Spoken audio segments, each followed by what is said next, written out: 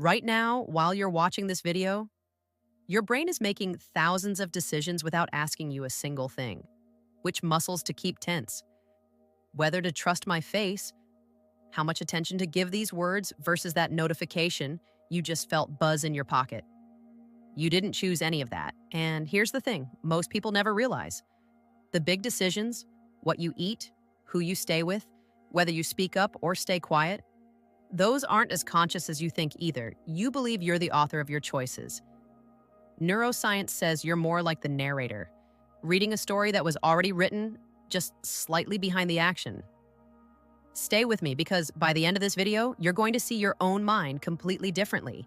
And once you see it, you can't unsee it. Segment 1. The Illusion of Conscious Choice. In 1983, neuroscientist Benjamin Libet ran one of the most unsettling experiments in the history of brain science.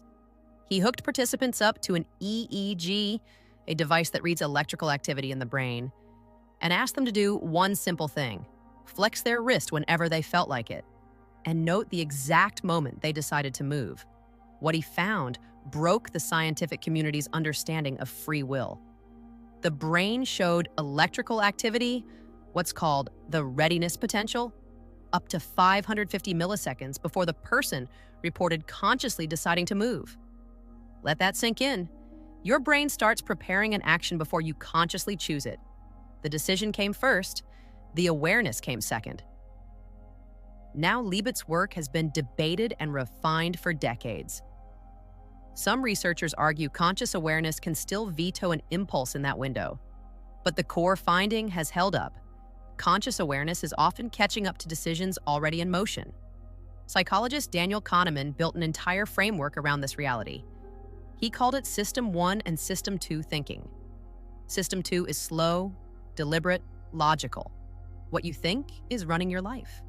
System 1 is fast, automatic, emotional, and it's actually in charge far more often than you believe. When you reach for your phone the second you wake up. System 1. When you snap at someone you love and then wonder why.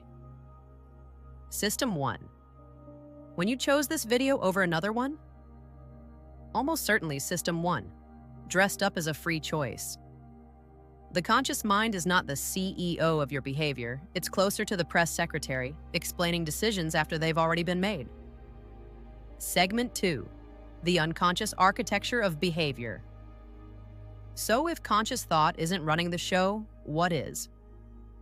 Neuroscientist David Eagleman, who has spent his career mapping the unconscious brain, puts it this way.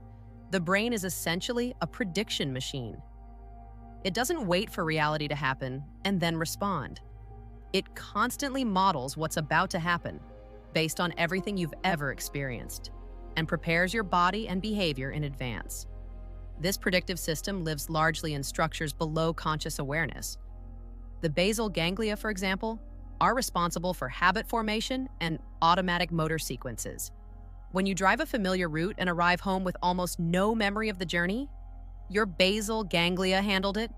When you scroll social media in a pattern so consistent it's almost ritualistic. Same system.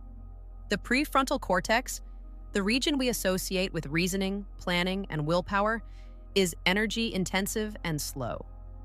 The brain, as an organ, is extraordinarily efficient. It offloads as much as possible to faster, cheaper automatic systems. Conscious deliberation is expensive. Habit is cheap. Researcher Anne Graybiel at MIT found that habits are stored as single chunks in the basal ganglia. A start signal, a behavioral routine, an end signal. Once a habit chunk is encoded, it runs essentially on autopilot. The conscious brain doesn't need to be involved at all. This is why willpower-based approaches to behavior change so often fail. You're trying to use a slow, effortful system to override a fast, deeply grooved one. That's not a mindset problem.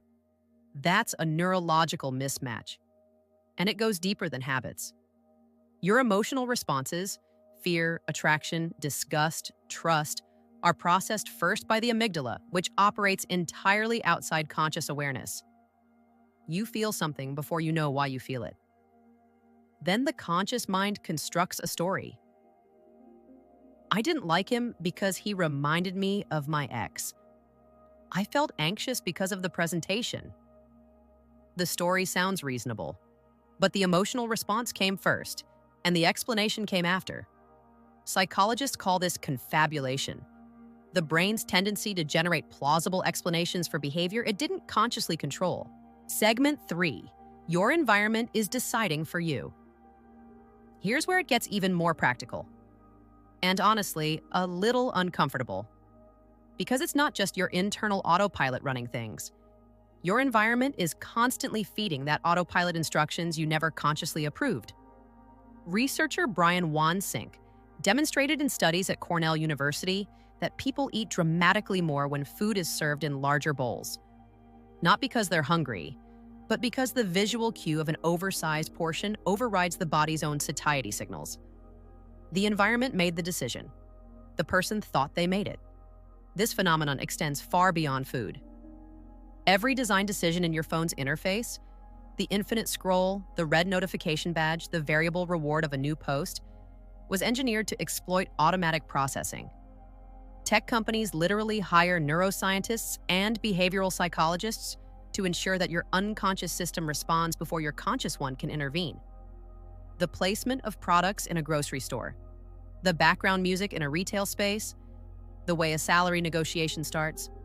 These are all environmental inputs aimed directly at the parts of your brain that decide before you think. Robert Cialdini's decades of research on influence showed that most persuasion doesn't work by changing minds.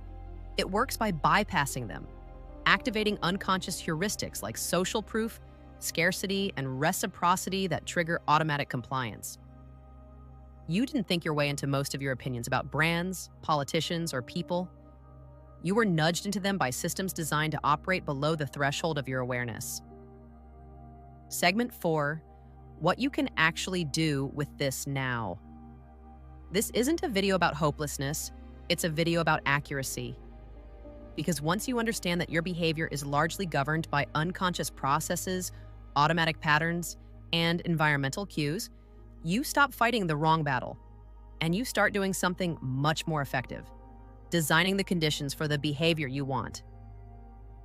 Psychologist Wendy Wood at USC studied habit formation for over 30 years. Her conclusion?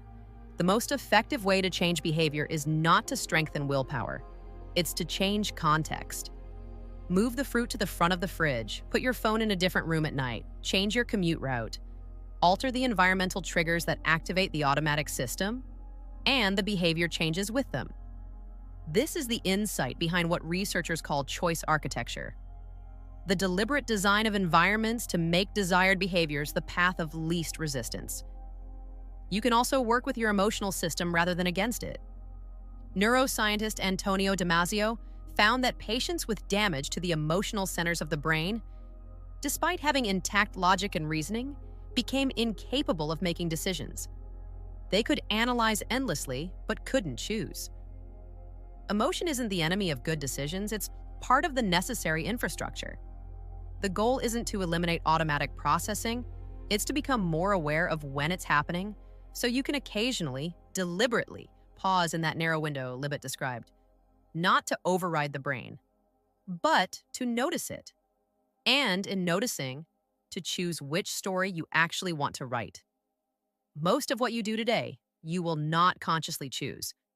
Your brain will route behavior through systems faster than thought, shaped by patterns laid down years ago, nudged by environments engineered to exploit them. That's not a flaw, that's efficiency. Evolution built a machine that conserves precious cognitive energy by automating what it can. But you are also the only animal with enough prefrontal cortex to watch yourself doing it. To catch the automatic response mid-motion. To ask, is this actually what I want? Or is this just what I've always done? That question, slow, deliberate, slightly uncomfortable, is where real agency begins. If this made you look at your own behavior differently, share it with someone who thinks they're always in control. And if you want to go deeper on how the brain builds and breaks automatic patterns, the next video is right there.